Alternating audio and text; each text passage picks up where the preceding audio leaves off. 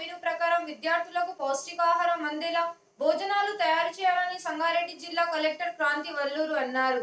గురువారం జోగిపేట మున్సిపల్లోని మైనార్టీ గురుకుల పాఠశాలకు కలెక్టర్ ఆకస్మిక తనిఖీ చేశారు. ఈ సందర్భంగా రుచిగా క్వాలిటీగా ఆహారం ఉండాలన్నారు. ఆమె విద్యార్థినులతో కలిసి భోజనం చేసి నాణ్యత పట్ల సంతృప్తిని వ్యక్తం చేశారు.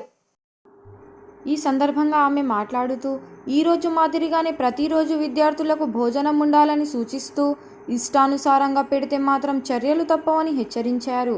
ఈ సందర్భంగా ఆమె పాఠశాల పరిసరాలతో పాటు వంటగదిని, వంటకు ఉపయోగించే సామాగ్రిని, పప్పు దినుసులు, బియ్యం, వంట నూనెను పరిశీలించారు. పాఠశాలలోని విద్యార్థుల సంఖ్య వివరాలను ప్రిన్సిపల్ను అడిగి తెలుసుకున్నారు. విద్యార్థులతో కలెక్టర్ మాట్లాడి పాఠశాలలోని వసతులు, విద్యాబోధన విషయాలను, భోజనం నాణ్యత, ఇతర సమస్యలపై ఆరా తీశారు. ఈ కార్యక్రమంలో ఆర్డీఓ పాండు, మండల ప్రత్యధికారి Geetha, MPDO Rajesh, MEO Krishna, in-charge principal సౌజన్యతో పాటు పాఠశాలకు చెందిన ఉపాధ్యాయ బృందం పాల్గొన్నారు.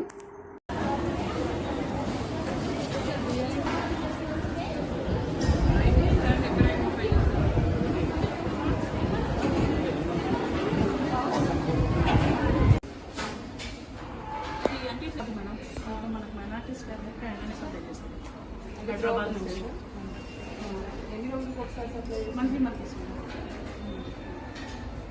ఎవ్రీ మంత్ ఎండింగ్లో మనం తెప్పించుకుంటున్నాం. ఫస్ట్ రోజు అనేసి ఫ్రూట్స్ వచ్చేసి Mallesh Goud and chicken eggs, Satish Goud వచ్చేసి వెజిటేబుల్స్.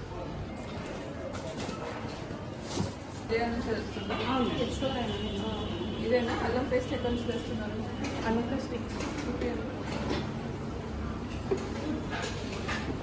ఇక్కడే చేస్తున్నారు, అది యూజ్ చేస్తాను. గీ చూపించండి.